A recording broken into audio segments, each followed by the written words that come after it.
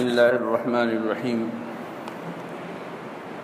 حضور اکرم صلی اللہ علیہ وسلم کی جو تعلیمات ہمارے لیے، حضور اکرم صلی اللہ علیہ وسلم کی امت کے لیے ہیں، ان میں کچھ اعمال وہ ہیں جو دل سے متعلق ہیں، دل کے اندر کی کچھ صفات ہیں جن کا ہونا ضروری ہے اور ان کی بنیاد پر عمل مرتب ہوتا ہے، اور کچھ دل کی کیفیات اور صفات وہ ہیں جو اچھی نہیں ہیں اور ان سے بچنے کی اور اپنے دل کو صاف کرنے کی ضرورت ہوتی ہے۔ اچھی کیفیات اور اچھی صفات جو دل کی ہیں ان کو اخلاق حسنہ کہتے ہیں، اور جو برے اخلاق ہیں، اخلاق سیئہ جن کو کہتے ہیں، وہ بری کیفیات ہیں۔ ایک انسان کے اندر صبر کی کیفیت ہونی چاہیے، شکر کی کیفیت ہونی چاہیے، شجاعت و بہادری کی کیفیت ہونی چاہیے، بزدلی نہیں ہونی چاہیے، جھوٹ کی صفت نہیں ہونی چاہیے، امانت ہونی چاہیے، خیانت نہیں ہونی چاہیے۔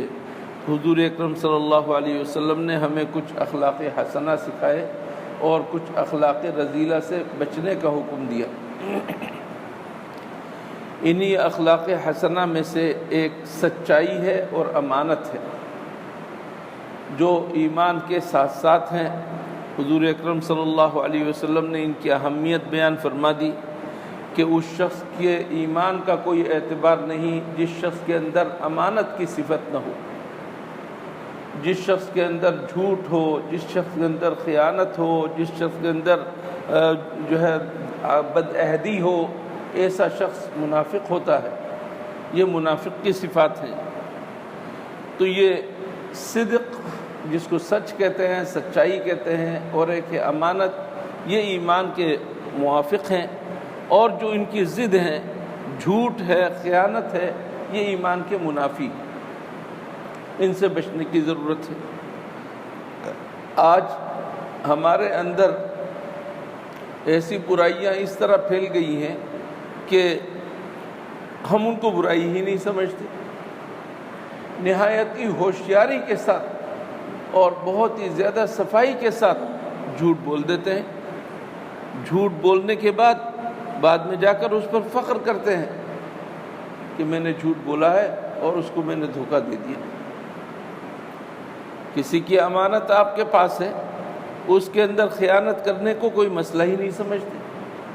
ایک آدمی آپ کے پاس 10,000 روپے رکھوا کر جاتا ہے اور کہہ دیتا ہے کہ میں 2 دن بعد لے لوں گا۔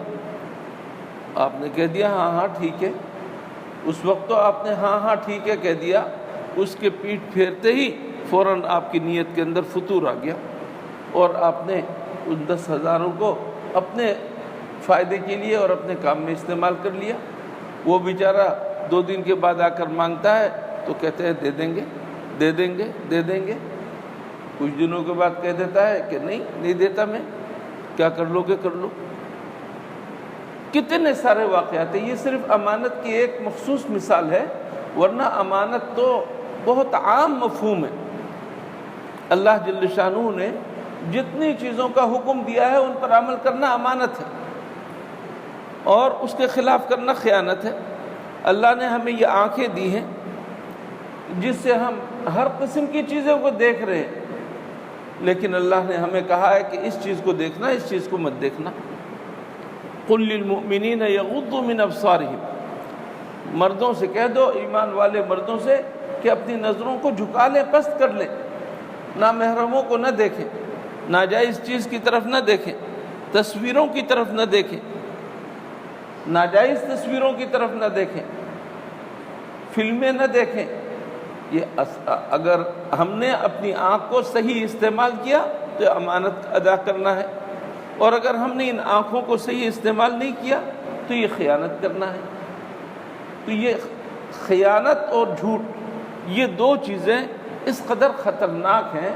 حضور اکرم صلی اللہ علیہ وسلم فرماتے ہیں یتبع المؤمن علی الخلال كلها الا الخیانہ والکذب، کہ صاحب ایمان اس کے اندر ہر قسم کی خصلتوں کی گنجائش ہو سکتی ہے، اس کے اندر بہت ساری برائیاں ہو سکتی ہیں، لیکن جو شخص حقیقتاً صاحب ایمان ہے اس کے اندر خیانت نہیں ہو سکتی، اس کے اندر جھوٹ نہیں ہو سکتا۔ اندازہ لگائیے حضور اکرم صلی اللہ علیہ وسلم کیا فرما رہے ہیں، اگر ہمارے اندر خیانت ہے، اگر ہمارے اندر جھوٹ ہے تو ہمیں اپنے ایمان کی خبر لینی چاہیے۔ گویا ہمارے اندر حقیقت ایمان نہیں ہے، ظاہری طور پر تو ایمان ہے لیکن ایمان کی روح نہیں ہے۔ اس وجہ سے ہمیں دیکھنا پڑے گا کہ اب ہمارے اندر امانت کی کیفیت ہے یا نہیں، اور ہمارے اندر جھوٹ تو نہیں ہے۔ یتبع المؤمن علی الخلال کلھا، کہ صاحب ایمان کے اندر ہر قسم کی خصلتوں اور برائیوں کی ان کا اجتماع ہو سکتا ہے، ان کی گنجائش ہے، لیکن الا الخیانۃ والکذب، البتہ خیانت نہیں ہو سکتی اور جھوٹ صاحب ایمان کے اندر نہیں ہو سکتا۔ جھوٹ ہمارے معاشرے کے اندر کس قدر رچ بس گیا ہے، میں انشاءاللہ اس کی تھوڑی سی تفصیل آئندہ بیان کروں گا۔ آج اس پر اکتفا کرتے ہیں۔ اللہ جل شانہ ہمیں ہر قسم کی بری خصلتوں سے اور خاص طور پر خیانت سے اور جھوٹ سے خوب پرہیز کرنے کی توفیق عطا فرمائے۔